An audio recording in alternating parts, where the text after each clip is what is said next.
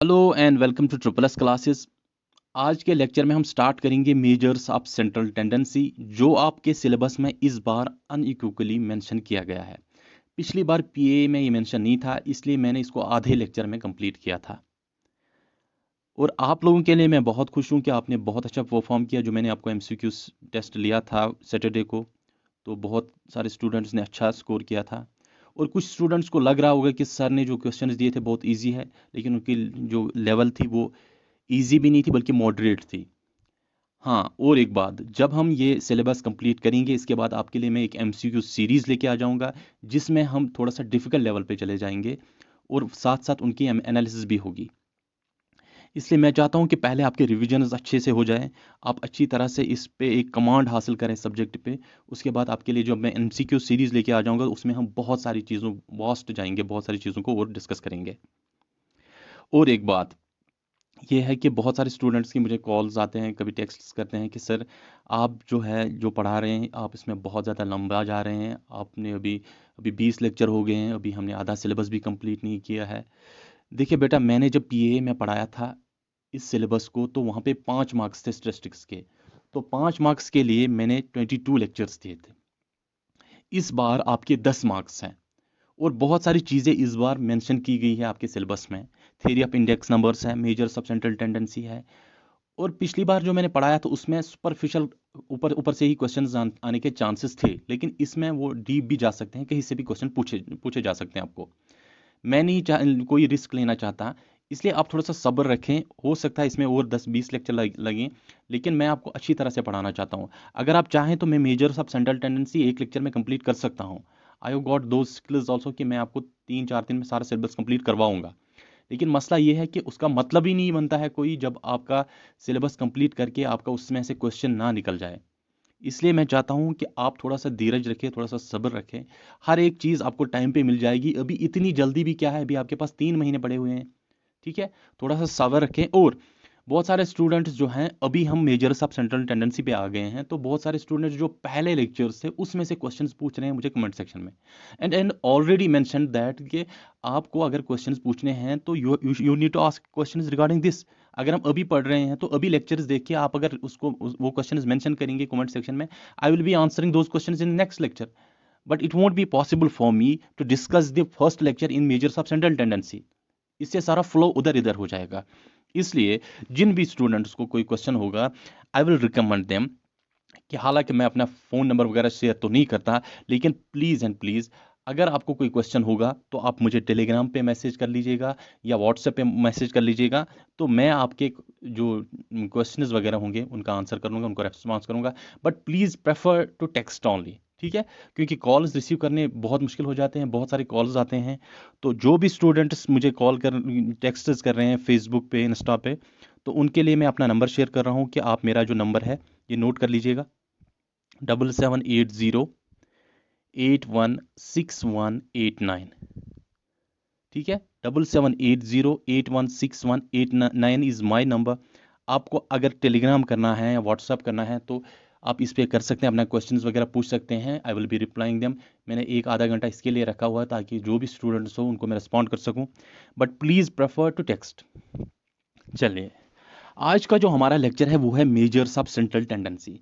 Measures of central tendency में हमने 3 चीज़ें ज़्यादा अच्छी तरह से पढ़नी है। वो है मीन, मोड एंड मीडियन। ठीक है, ये 3 चीज़ें पढ़नी है हमें। लेकिन मीन, मीडियन और मोड को डिस्कस करने से पहले हम पहले और कुछ चीज़ें पढ़ेंगे जो इसके रिलेटेड हैं, जिनमें से क्वेश्चन पूछा जा सकता है। चलिए, सबसे पहले हमारे पास कंस्ट्रक्शन ऑफ फ्रीक्वेंसी डिस्ट्रीब्यूशन, जो मैंने पहले नहीं बताया क्योंकि हमने कुछ चीज़ों को डिस्कस नहीं किया था। यहाँ पे आपको ये समझ आ जाएगा। अगर आपके पास अनअरेंज्ड फॉर्म में डेटा दिया गया हो तो उसको आपको फ्रीक्वेंसी डिस्ट्रीब्यूशन करनी है। ठीक है, उसको आप डिस्ट्रीब्यूट करना है फ्रीक्वेंसी टेबल में। उसको आप किस तरह से डिस्ट्रीब्यूट कर सकते हैं? तो हमारे पास the unarranged data can be distributed into classes and corresponding frequencies be assigned। जहां पे हम डिस्ट्रीब्यूट करेंगे हमारे पास क्या डेटा है और उनकी फ्रीक्वेंसीज क्या है। अगर हम अनअरेंज्ड डेटा को हमें फ्रीक्वेंसी डिस्ट्रीब्यूशन में कन्वर्ट करना होगा तो किस तरह से, हमारे पास कौन सी टेक्निक है, कौन से तरीके हैं, इसमें से क्वेश्चन पूछा जा सकता है। जब इसमें एमसीक्यूज आ जाएंगे, एमसीक्यूज सेट में लेके आ जाऊंगा, तब आपको पता चलेगा इसमें कैसे क्वेश्चन पूछा जा सकता है। एक बार पूछा भी गया है एसएसबी में, इसलिए मैंने इस टॉपिक को यहाँ पे छेड़ा है। तो आपको कौन से स्टेप्स फॉलो करने हैं देख लीजिए। पहले आप इस डेटा को देखें, ये आपके पास डेटा है, ये अनअरेंज्ड डेटा है, ठीक है।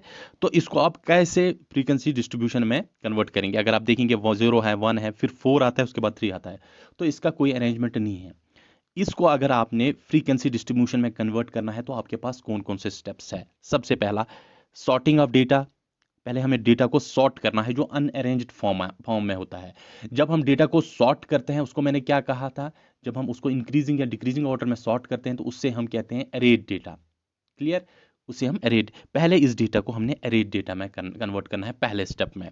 Second is calculate the range. इसके बाद आपने रेंज कैलकुलेट करना है, यानी कि लोएस्ट रेंज क्या है और हाईएस्ट रेंज क्या है। Next is decide the number of classes. आपको ये डिसाइड करना होगा कि मुझे इस डेटा को कितने क्लासेस में डिवाइड करना है। जब आपने ये डिसाइड किया तो फिर आपको कैलकुलेट करनी होगी विड्थ। विड्थ कैलकुलेट करने के लिए आपके पास फॉर्मूला है जो मैं आपको बताऊंगा किस तरह से हम विड्थ कैलकुलेट करेंगे, कितनी विड्थ रखनी है हर एक क्लास की। और फाइनल में हम टैली करेंगे और काउंट करेंगे कि हमारे जितने ऑब्जर्वेशंस आते हैं, क्या फ्रीक्वेंसी डिस्ट्रीब्यूशन में भी हमारे पास उतने ही फ्रीक्वेंसीज को जमा करके उतने ही फ्रीक्वेंसीज आ जाते हैं। Frequencies means number of observations. जब ये आपके पास क्लियर हो जाता है तो इसके बाद आपकी जो फ्रीक्वेंसी डिस्ट्रीब्यूशन है वो कंप्लीट हो जाती है। चलिए पहले स्टेप पे चले जाते हैं। सबसे पहला स्टेप हमारे पास जो है, ये डेटा है हमारे पास दिया हुआ है, तो इस डेटा यहाँ पे हमारे पास 18 ऑब्जर्वेशंस हैं, ठीक है, टोटल 18 ऑब्जर्वेशंस हैं। सबसे पहला स्टेप जो मैंने आपको बताया था, पहले स्टेप में हम इसको सॉर्ट करेंगे। चाहे आप इंक्रीजिंग ऑर्डर में इसको सॉर्ट करें या असेंडिंग ऑर्डर या डिक्रीजिंग ऑर्डर और डिसेंडिंग ऑर्डर, जिस तरह से मर्जी आपकी, उस तरह से आप इसको सॉर्ट कर सकते हैं। चलिए हम इसको करते हैं इंक्रीजिंग ऑर्डर में। जो ही मैंने इंक्रीजिंग ऑर्डर में इसको सॉर्ट किया, आप देख सकते हैं मैंने इसको सॉर्ट किया, यहाँ मुझे पता चल गया इसका लोएस्ट वैल्यू क्या है और हाईएस्ट वैल्यू क्या है ऑब्जर्वेशंस का। क्लियर।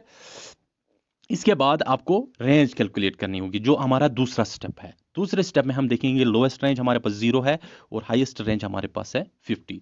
यहाँ पे अगर आप देख सकते हैं लोएस्ट और हाईएस्ट आपको तभी पता चल सकता है जब आप सॉर्ट करेंगे डेटा को। हमारे पास रेंज आ गई, lowest range 0 and highest range is 50। Clear. अब हम आ जाएंगे स्टेप 3 पे। तो स्टेप 3 पे हम क्या करेंगे, decide the number of classes. ठीक है, हम यहाँ पे डिसाइड करेंगे अगर हमने फ्रीक्वेंसी डिस्ट्रीब्यूशन बनानी है तो हमने कितने क्लासेस बनाने हैं इसको। यहाँ जितने आप चाहें, यहाँ अगर क्वेश्चन होगा तो आपको वहां से नंबर ऑफ क्लासेस दिए गए होंगे, ठीक है। तो यहाँ हम लेट करेंगे, चलिए हमें 5 क्लासेस में इस डेटा को डिवाइड करते हैं। 10 में करना चाहते हैं, 15 में, जितने में आप चाहें। आपको क्वेश्चन में भी ये दिया गया है कि आपको कितने क्लासेस में डिवाइड करना है इस डेटा को। क्लियर। तो यहाँ आपके पास नंबर ऑफ क्लासेस हैं, लेट इट बी 5। यहाँ पे हमने अज्यूम कर लिया, चलो हम 5 क्लासेस बना लेते हैं इस डेटा के। क्लियर। तो फोर्थ स्टेप में हम जाएंगे। फोर्थ स्टेप में हम क्या करेंगे, हम नंबर ऑफ क्लास, हम फोर्थ क्लास स्टेप में हम, जब हमने नंबर ऑफ क्लासेस डिसाइड किए थर्ड स्टेप में, तो फोर्थ क्लास में हम विड्थ कैलकुलेट करेंगे। मैंने आपको बताया था जब हमने क्लास विड्थ कैलकुलेट करनी है तो इसके लिए हमारे पास एक फॉर्मूला है। तो फॉर्मूला क्या है हमारे पास, formula is width is equal to upper range minus lowest, sorry upper range minus lowest range, यहाँ पे हाईएस्ट रेंज लिख सकते हैं आप, highest range minus lowest range divided by number of classes. पहले अपर रेंज आपको पता है क्या है 50, लोएस्ट रेंज क्या था हमारा 0, ये आपको पता ही है, और नंबर ऑफ क्लासेस हमने ऑलरेडी यहाँ पे एज्यूम किया हुआ है वो 5 है हमारे पास। तो यहाँ से आपके पास विड्थ कैलकुलेट हो सकती है। यहाँ से जब आप विड्थ कैलकुलेट करेंगे इसके बाद आप क्लासेस बना सकते हैं। चलें हम यहाँ से विड्थ कैलकुलेट करेंगे। हमारे पास अपर हाइएस्ट रेंज है 50 और लोवेस्ट रेंज है हमारे पास 0, तो अपर minus lower is 50 minus 0 is 50 divided by 5 is number of classes. ये हमारे पास 10 आ जाता है। तो हमारे क्लास की, हर एक क्लास की जो विड्थ रहेगी वो हमारे पास 10 रहेगी। Clear, easy. चलिए अब हमने क्या करना है, अब हमने इसको फ्रीक्वेंसी डिस्ट्रीब्यूशन में यहाँ पे डिस्ट्रीब्यूट करना है। एक तरफ से हम क्लास बनाएंगे, दूसरी तरफ से हम फ्रीक्वेंसी बनाएंगे। देख लीजिए पहला हमारा क्लास बन जाएगा, हमारी लोएस्ट रेंज से स्टार्ट करना है तो 0 हमारा लोएस्ट रेंज है।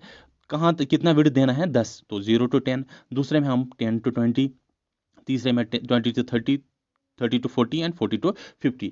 10 10 की यहाँ पे विड्थ हमने रखनी है और हमारे पास टोटल क्लासेस कितने बनने चाहिए 5 क्लासेस। हमने पता है कि हमने 5 क्लासेस बनाने हैं। जो ही आप इसको 5 की विड्थ देंगे तो आपके पास 5 क्लासेस ही बन के आ जाएंगे। क्लियर?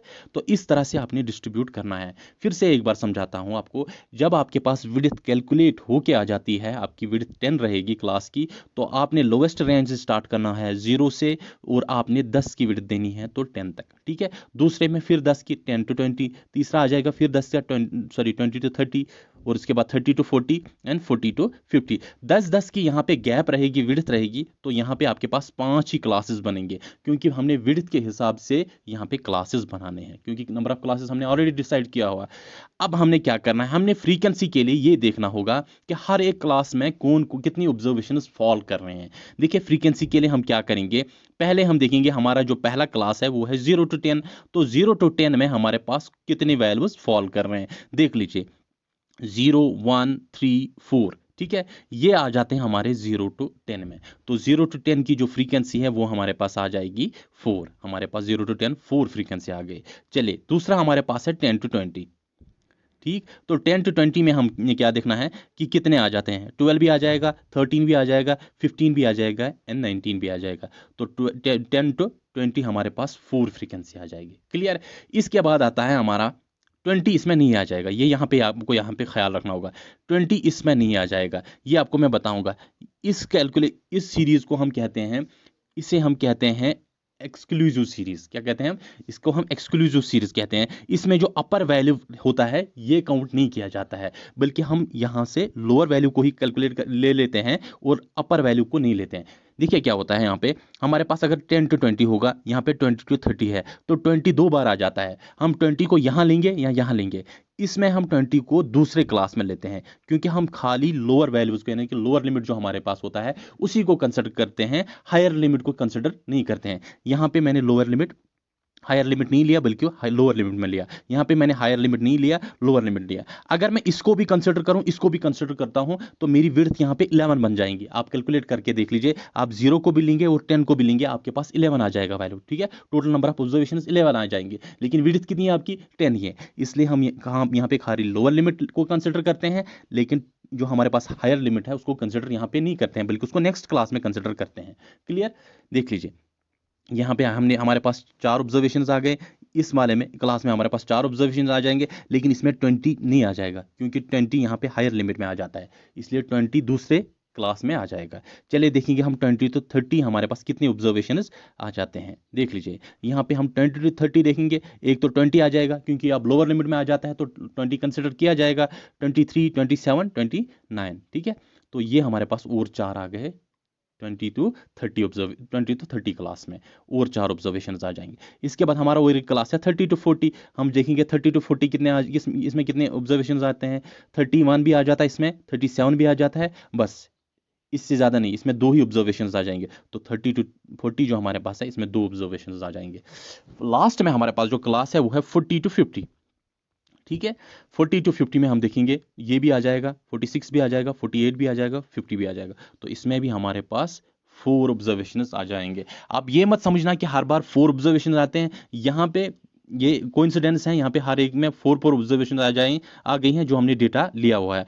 वरना आपने ये देखना है कि अपर लिमिट और लोअर लिमिट में कितने वैल्यूज आ जाते हैं अपर लिमिट को छोड़ के। ठीक है, अगर हमारे पास ये कंटिन्यूअस नहीं होता, ट्रू क्लासेस, इसको हम ट्रू क्लासेस कहते हैं, मैंने आपको ऑलरेडी पढ़ाया है। तो अगर हमारे पास ट्रू क्लासेस नहीं होते, फिर हम दोनों वैल्यूज को ले लेते हैं। अगर यहाँ पे 0 to 10 होता, फिर यहाँ पे 11 to 20 होता, तो हम दोनों वैल्यूज को कंसिडर करते हैं। लेकिन जब वैल्यूज हमारे पास रिपीट हो जाते हैं, ठीक है, तो यहाँ पे हम खाली लोअर लिमिट को कंसिडर करते हैं दूसरे क्लास में।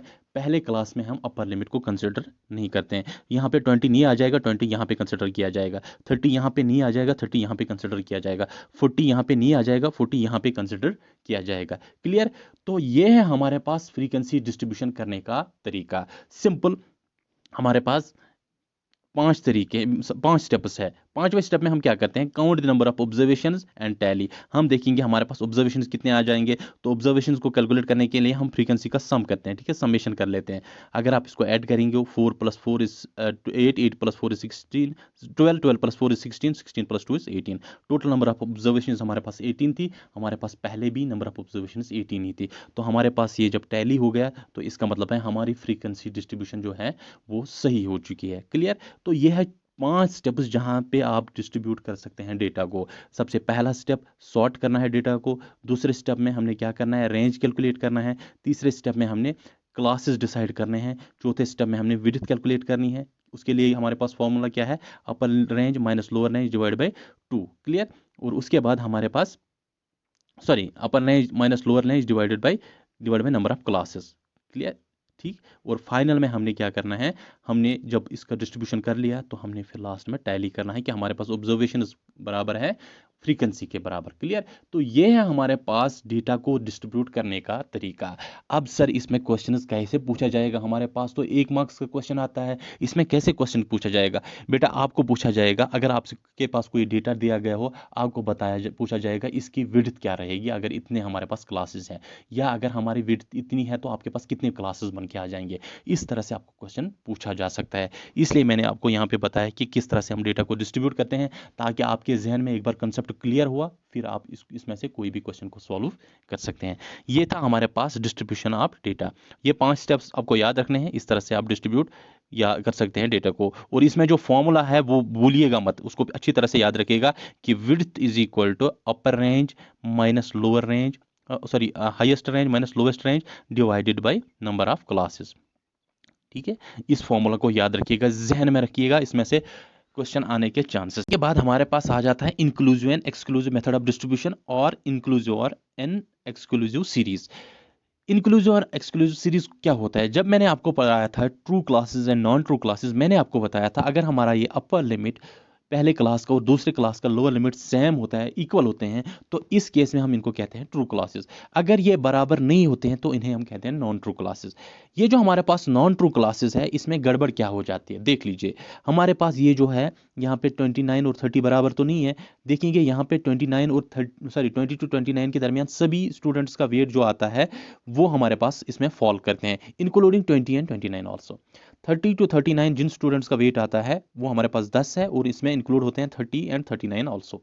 ये दो बाउंड्री वैल्यूज में इंक्लूड होते हैं। लेकिन अगर आप देखेंगे यहाँ पे हमारे 30 और 29 के बीच एक गैप रहता है, 30 - 29 = 1, तो एक का गैप रहता है। फॉर एग्जाम्पल अगर किसी स्टूडेंट का वेट 29.5 आ जाता है तो वो किस कैटेगरी में फॉल करता है, इस क्लास में तो फॉल नहीं करेगा क्योंकि इसमें तो ये तो 29 पे एंड हो जाता है, इसका अपर लिमिट 29 है, इस क्लास में भी फॉल नहीं करेगा क्योंकि ये 30 से स्टार्ट हो जाता है। तो वो किसी कैटेगरी में फॉल ही नहीं कर रहा है, किसी क्लास में फॉल ही नहीं कर रहा है। तो मैंने जब आपको प्रिंसिपल्स पढ़ाए थे क्लासिफिकेशन के, पहला प्रिंसिपल था एग्जॉस्टिव प्रिंसिपल। उसका मतलब था कि हमारे पास कोई भी वैल्यू अगर होता है, इवन अगर 29.5 हो, 29.7 हो, तो वो किसी ना किसी क्लास में फॉल करना ही चाहिए। अगर वो किसी क्लास में फॉल नहीं कर रहा है, इसका मतलब हम उसके लिए कोई मिसलिनियस क्लास नहीं बनाएंगे, बल्कि यहाँ पे हमारे पास एक अच्छी क्लासिफिकेशन नहीं हुई है। क्लियर। तो ये एग्जॉस्टिव प्रिंसिपल यहाँ पे फॉलो नहीं हो गया। इसको हम दूर करने के लिए क्या करते हैं, देख लीजिए, ये मेरे पास अगर हमारे पास कुछ वैल्यूज है तो यहाँ पे ये दोनों वैल्यूज भी इंक्लूड होते हैं और इसके दरमियान जो भी वैल्यूज है वो इंक्लूड होते हैं, लेकिन इनके बीच जब गैप रहता है, इस क्लासिफिकेशन या इस डिस्ट्रीब्यूशन को हम कहते हैं इंक्लूसिव सीरीज और इंक्लूसिव डिस्ट्रीब्यूशन। क्लियर। क्योंकि इसमें गैप रहता है upper limit of first class और जो हमारे पास lower limit of second class रहता है, इनके बीच। क्लियर। इंक्लूसिव मेथड और inclusive series both limits are included, इनमें दोनों लिमिट्स इंक्लूड होते हैं, ये भी इंक्लूड होता है और ये भी इंक्लूड होते हैं, क्योंकि ये डिफरेंट रहते हैं, ये रिपीट नहीं होते हैं। अगर हमारे यहाँ पे गैप रहता है तो यहाँ पे हमारा एक प्रिंसिपल ब्रीच होता है, जो मैंने आपको बताया एग्जॉस्टिव प्रिंसिपल, इसलिए हमें इसको कन्वर्ट करते हैं किसमें, एक्सक्लूसिव सीरीज में। एक्सक्लूसिव सीरीज में हम देखेंगे एक्सक्लूसिव सीरीज क्या होते हैं। देख लीजिए, एक्सक्लूसिव सीरीज की एग्जांपल हमारे पास ये है, मैंने आपको ऑलरेडी बताया है कि ट्रू क्लासेस जहाँ पे हमारे पास हायर अपर लिमिट और लोअर लिमिट बराबर रहते हैं, ये हमारे पास एक्सक्लूसिव सीरीज की एग्जाम्पल है। क्यों? क्योंकि यहाँ पे हमारे पास कोई गैप नहीं बचता। अगर आप 10 - 10 करेंगे, 20 - 20 करेंगे, 30 - 30 करेंगे तो आपके पास 0 ही आ जाएगा। इसका मतलब इनके बीच गैप नहीं है। लेकिन इंक्लूसिव सीरीज में मसला ये होता था कि हम वहाँ पे दोनों बाउंड्री वैल्यूज़ को इंक्लूड करते थे। क्लियर? वहाँ पे हमने लोअर लिमिट को भी और अपर लिमिट को भी इंक्लूड किया था, और यहाँ भी लोअर लिमिट और अपर लिमिट को इंक्लूड करते थे, और इनके बीच भी जो वैल्यूज आते हैं वो इंक्लूड करते हैं। लेकिन एक्सक्लूसिव सीरीज में हम क्या करते हैं, हम खाली लोअर लिमिट को लेते हैं, अपर लिमिट को नहीं लेते हैं। क्लियर? क्योंकि अब जो हमारे पास अपर लिमिट होता है उसको हम नए क्लास में लोअर लिमिट के वैल्यूज में कैलकुलेट करते हैं। ठीक है? तो इसी तरह यहाँ पे हम इस अपर लिमिट को नहीं लेंगे, बल्कि इसका वैल्यू हम इस क्लास में ले लेंगे। ठीक है?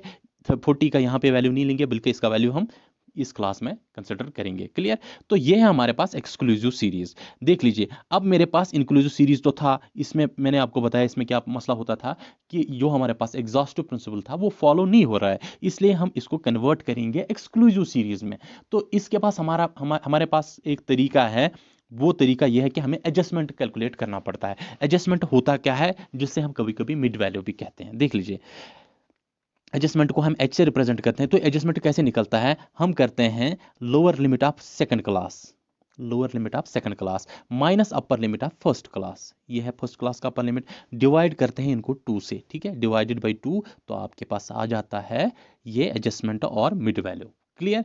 कहीं भी दो क्लासेस जो हमारे पास होंगे, कोई भी दो क्लासेस को आप लेंगे, तो इसमें सेकंड क्लास का आप लोअर लिमिट लेंगे 50, और पहले क्लास का हम लेंगे अपर लिमिट 49, डिवाइडेड बाई करेंगे 2, तो ये आपके पास आ जाएगा 1/2 0.5। अगर आप यहाँ पे भी देखेंगे, यहाँ पे भी हमारे पास आता है 30 - 29 डिवाइडेड बाई 2, तो ये भी हमारे पास 0.5 ही आ जाएगा। आप देखेंगे हर एक जगह यहाँ पे 0.5 आ गया है। ठीक है? लेकिन बहुत सारी बुक्स इसको लिखते हैं कि हमेशा 0.5 ही आएगा। It's not possible. अगर गैप ज़्यादा बड़ी होगी तो वहाँ पे वैल्यू, एडजस्टमेंट वैल्यू अलग भी आ सकता है। क्लियर? तो उसको इसको कन्वर्ट करने के लिए हमें पहले ये एडजस्टमेंट वैल्यू कैलकुलेट करना होगा।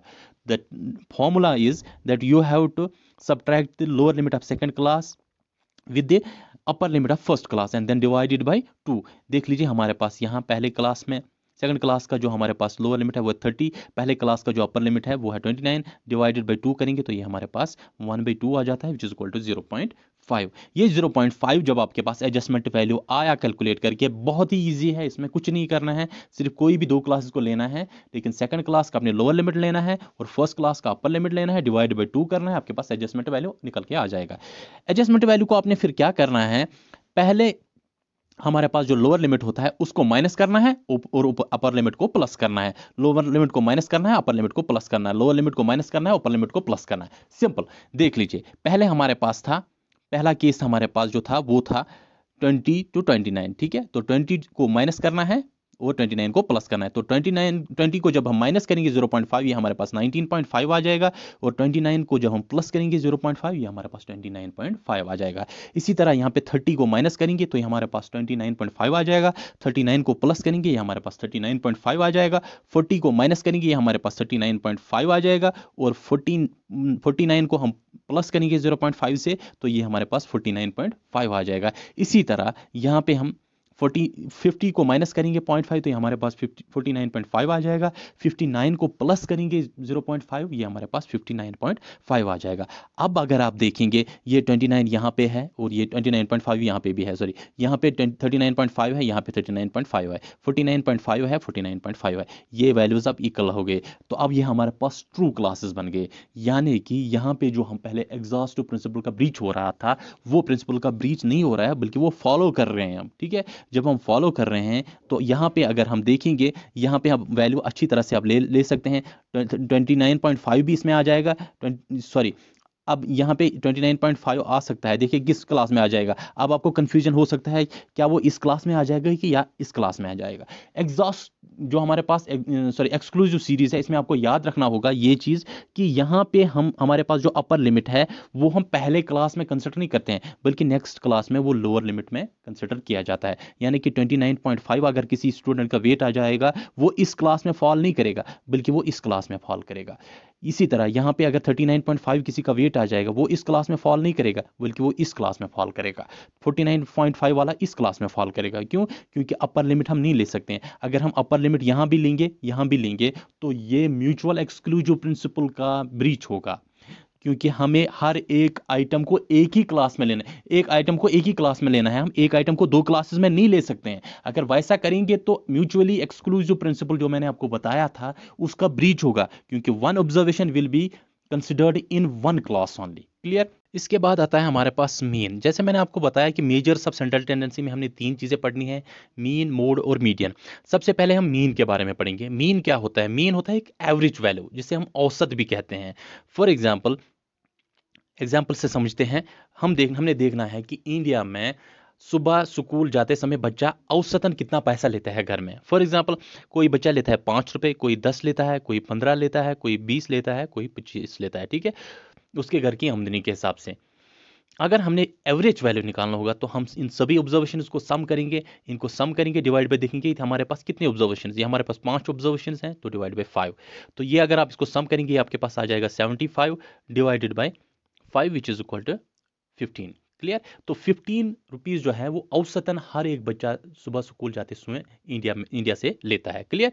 तो इस तरह से आप एवरेज वैल्यू कैलकुलेट कर सकते हैं। डेफिनेशन पे जाते हैं। डेफिनेशन क्या है इसकी?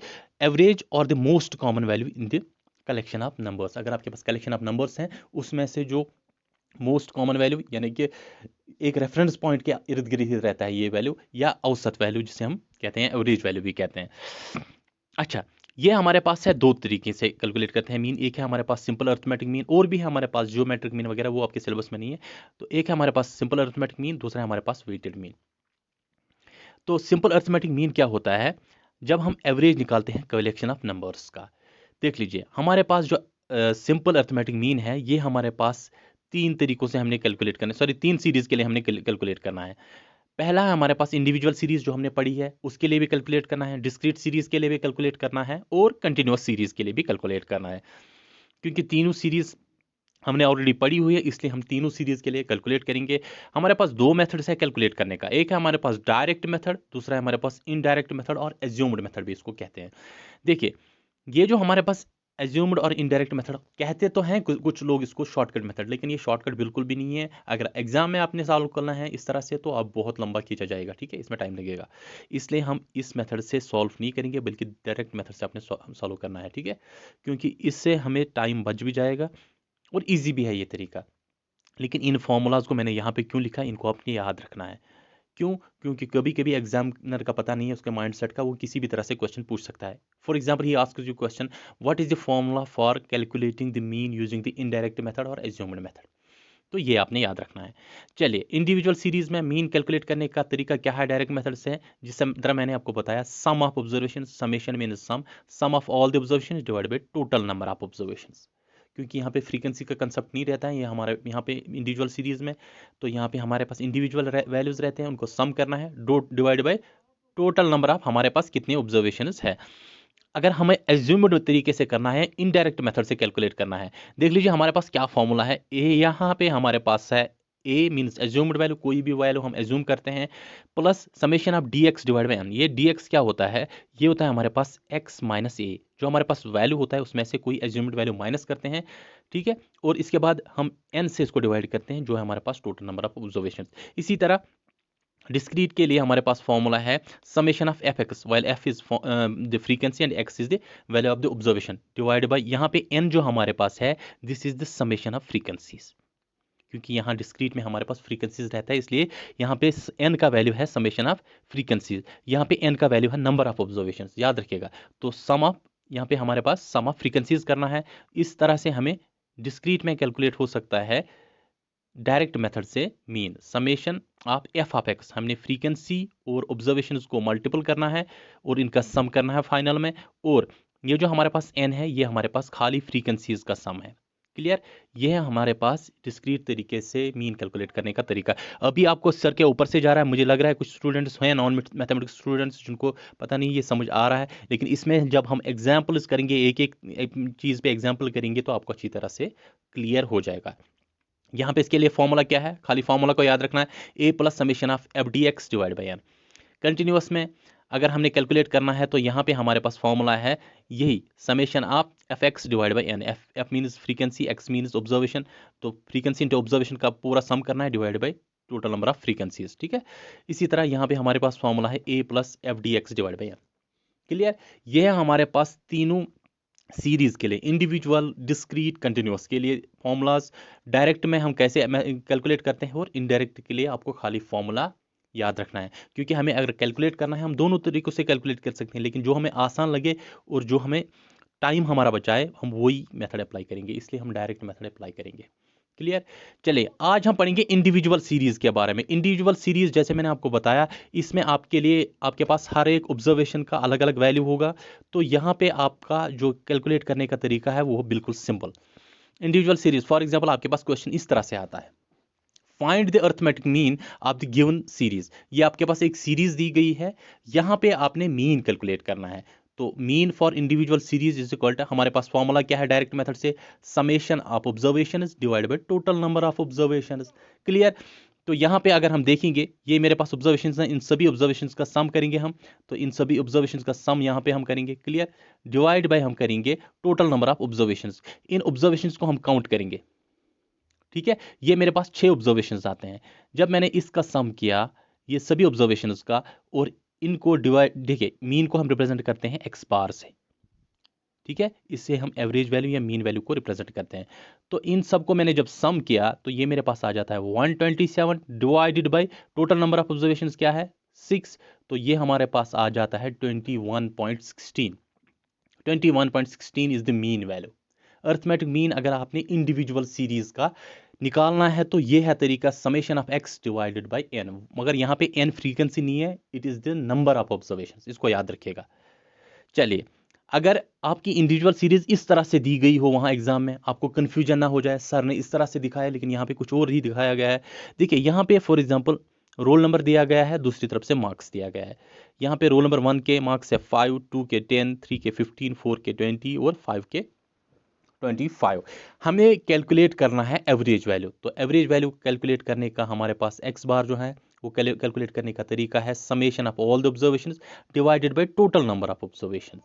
तो यहाँ पे हमारे पास जो ये वैल्यूज है इनको हम, तो हमारे पास फॉर्मूला है summation of x divided by n. Summation of x mean summation of all the observation, इनका सम करना है। तो यहाँ पे मैंने सम किया सभी ऑब्जर्वेशंस का, ये अगर हम सम करेंगे ये हमारे पास 75 आ जाता है। क्लियर। लेकिन ये जो हमारे यहाँ पे है रोल नंबर या सीरियल नंबर, यहाँ पे हमने सिर्फ देखना है हमारे पास टोटल कितने ऑब्जर्वेशंस है, कितने हमारे पास 5, तो n इक्वल टू 5। क्लियर। तो अगर नहीं दिया गया होगा तो तब आपने गिनने हैं कि कितने ऑब्जर्वेशन है टोटल। अगर दिया गया है डायरेक्टली तो it's very easy for you, आप डायरेक्टली देख सकते हैं कि मेरे पास टोटल ऑब्जर्वेशन कितने हैं 5, बल्कि इनका सम वगैरह कुछ नहीं करना, ये याद रखिएगा। अगर इस तरह से दिया गया है इंडिविजुअल सीरीज के लिए, यहाँ पे रोल नंबर दिया गया है या सीरियल नंबर दिया गया है, तो आपने सिर्फ इनका सम करना है। यहाँ पे हमने देखना है, काउंट करना है टोटल हमारे पास कितने ऑब्जर्वेशन है।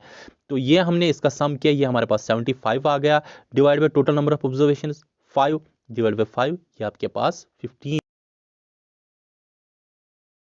आपके पास मीन कैलकुलेट करने का तरीका। क्लियर। इंडिविजुअल सीरीज के लिए आप इस तरीके से मीन कैलकुलेट कर सकते हैं। तो फॉर्मूला मैंने आपको बताया, summation of x divide by n. कल हम पढ़ेंगे डिस्क्रीट सीरीज के लिए और कंटिन्यूअस सीरीज के लिए, और हमने वेटेड मीन भी पढ़ना है। यह है हमारे पास मीन कैलकुलेट करने का तरीका। इसमें हम और भी चीज़ें पढ़ेंगे, कुछ करेक्शन वगैरह हो या मिसिंग नंबर्स हो, वो हम कैसे कैलकुलेट कर सकते हैं। मीन अगर हमारे पास दिया गया हो तो किस तरह से कैलकुलेट करेंगे, बिल्कुल आसान तरीके से हम पढ़ेंगे ये सब।